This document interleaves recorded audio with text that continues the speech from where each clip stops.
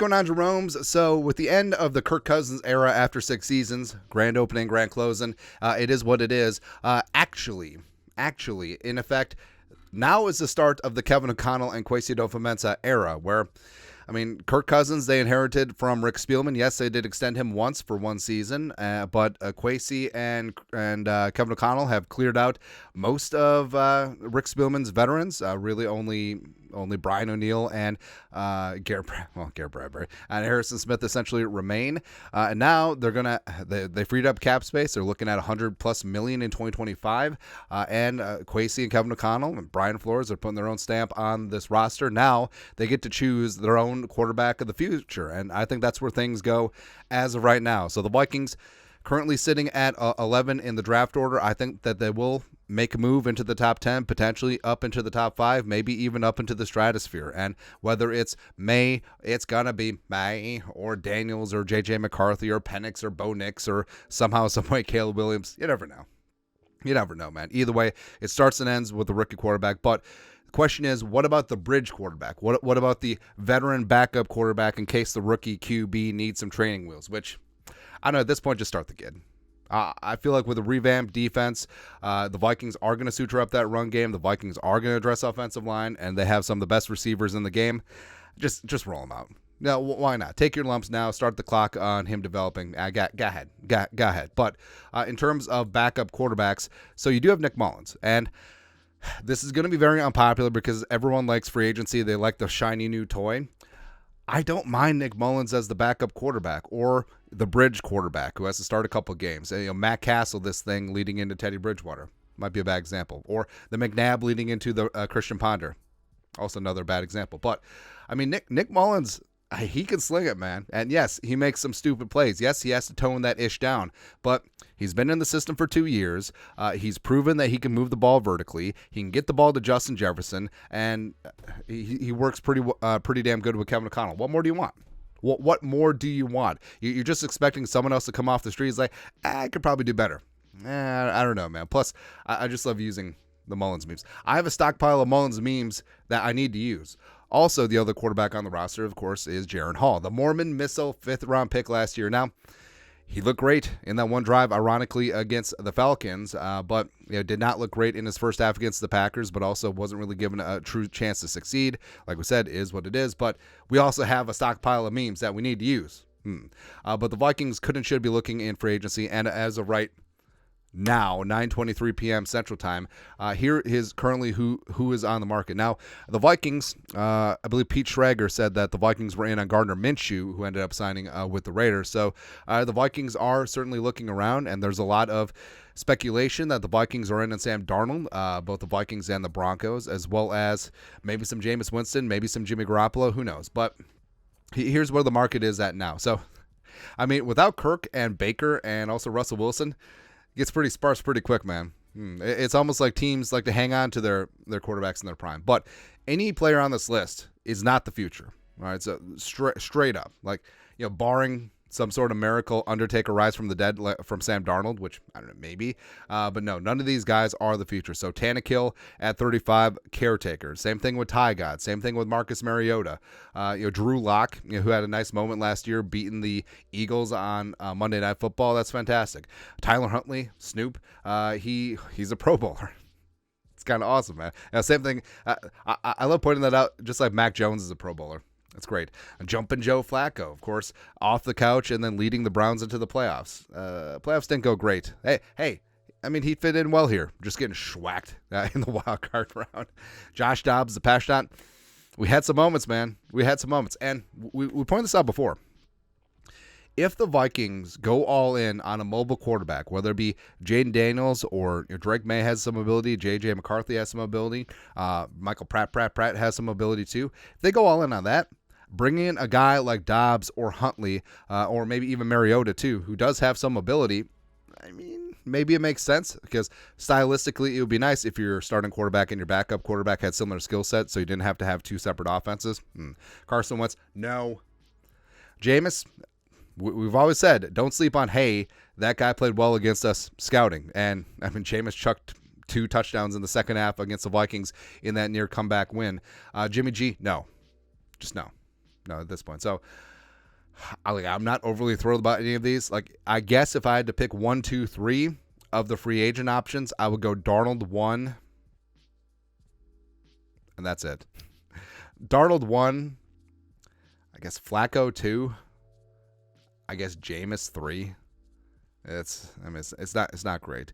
There are a couple trade options. So, Zach Wilson has been rumored quite a bit, but you're not going to give up a ton for him.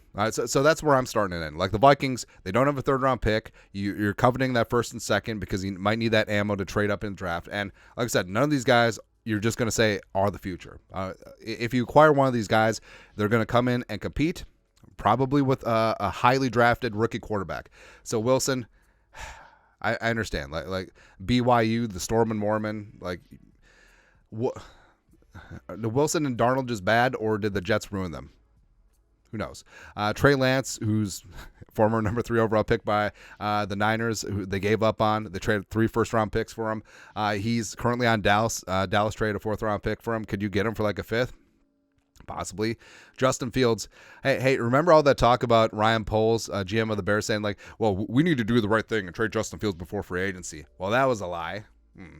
So now it doesn't seem like any team is willing to give up anything for Justin Fields and all of the locations that you would think would make sense, whether it be Denver, whether it be Pittsburgh, whether it be Atlanta. They all seem kind of out. And I don't expect the Vikings to be able to get a deal done in division at the quarterback position, even though Kwesi has traded in division before, but quarterback is different. So I just don't see it. And Malik Willis, I mean, it seems like it's Will Levis's team now in Tennessee, but who knows? But other than that, I mean, it is the draft, and the draft is a draft. And the Vikings, I mean, they're currently chilling at 11. Like we said, probably will have to get into the top 10 to make sure that they can box out and get their guy, probably top 5.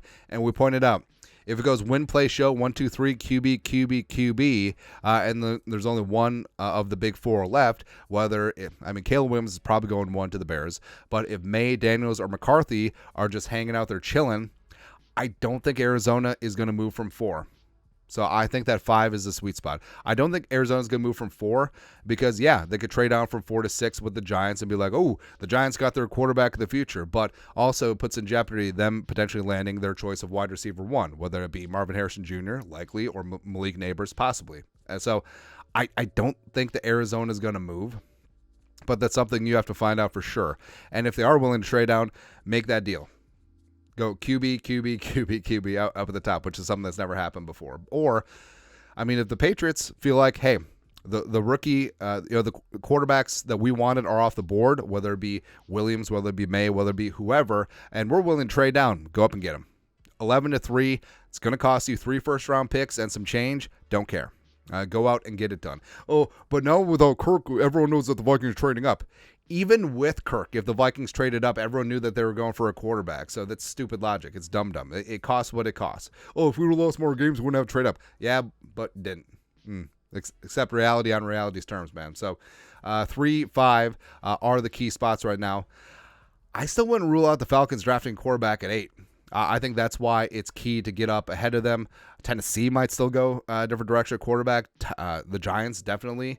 I think the only team that you could say for certain who is not going to draft a quarterback in the top 10 is probably the Chargers. I think that's a lock, as well as the Cardinals seem committed to Kyler, and the Jets probably won't waste a first-round pick on a quarterback since they have Rodgers right now. So I think that's it. The teams that you could say for certain won't take a quarterback in the first round. I think everything else is fair game. So if they want to go get their guy, go get him. And for me, I think 4 guys are worthy of first-round picks, and all are probably going to go in the top 10. May, Williams, Daniels, McCarthy. And I could see the Vikings rolling with either one of them. I mean, Drake May obviously going way back like chiropractic with new Vikings quarterback Josh McCown. And I think that given his size, given his arm, given his athletic ability, given his high football IQ, I think that he will be coveted by a lot of teams. Jaden Daniels is just a lot of fun, man. Whether it's the mobility, whether it's the arm, he's a true playmaker in every sense of the word. He's a showman too, plus the Skull SU connection. J.J. McCarthy is just a winner. I mean, he doesn't have the rocket that Penix or Drake May have, but he's got a very adequate arm. He delivers a great ball downfield. In clutch, in crunch time, he is dynamite. He has the best third down conversion rate as well as quarterback rating on third downs versus any of the quarterbacks in this draft. And McCarthy, he's a true junior. He's still growing and showing into what he's going to be. And yeah, he was in a run-first offense because of Jim Harbaugh. But when he was asked to do major things, like in the semifinal against Alabama, which, by the way, they don't play two-hand touch at Alabama. It's kind of a decent defense there, even though it was the final year of Saban. Yeah, McCarthy delivered, 3 touchdowns, did the damn thing. But yeah, those 4 for me are capable of going top 10. I still like Penix. I still like Michael Penix Jr. I understand the medicals. I understand the age. I fully understand that. But would you be mad if the Vikings, say, miss out on the big 4 quarterbacks, but they maneuver at the back end of the first round or top of the second round, get Penix Jr.? I'm fine with that. Or if they decide that Rattler or Bo Nix or Michael Pratt is the guy, I think that Penix, Rattler, Nix, and Pratt could all be worthy of early day 2 selection. Whether it be second round or whether it be top of the third round, I think they could and should certainly be in that mix. It wouldn't shock me at all if there's 8 quarterbacks taken in the first 3 rounds. And if the Vikings decide, I mean, they're a lot smarter than you and I. If they decide that they're their quarterback, they're their guy, go secure him. Go secure him in the second round and go from there. So the cupboard certainly is not bare, and the Vikings are in a relatively good position to secure the quarterback of the future. I'm very bullish on whoever they choose, and it's got to be their guy because it is the official start of the Kevin O'Connell and Kwesi era. Once Kirk Cousins is gone, and now they have to go find their quarterback. But also, I'm just simply not buying any of the free agent options. Like, other than, hey, we'll bring you aboard. Hopefully you don't start. Hopefully the rookie is good enough in preseason and training camp to make you lose your job. Again, I know it's not popular, but I don't mind Nick Mullins. I would like to see what Jaron Hall has a little bit more of. Although, this is not a Kellerman situation. Hey, Zim, why don't you want to see Kellerman? Because I see him in practice every day. All that stuff. No, but it is an exciting time, so go get your guy. But your thoughts are thoughts. Looking at the quarterback options in 2024 for the Minnesota Fighting Vikings. Let us know your thoughts on our thoughts. Comment section below. Subscribe for daily Vikings takes. Want to support the work? Put a little something in the Venmo. But till next time, Skol, production value.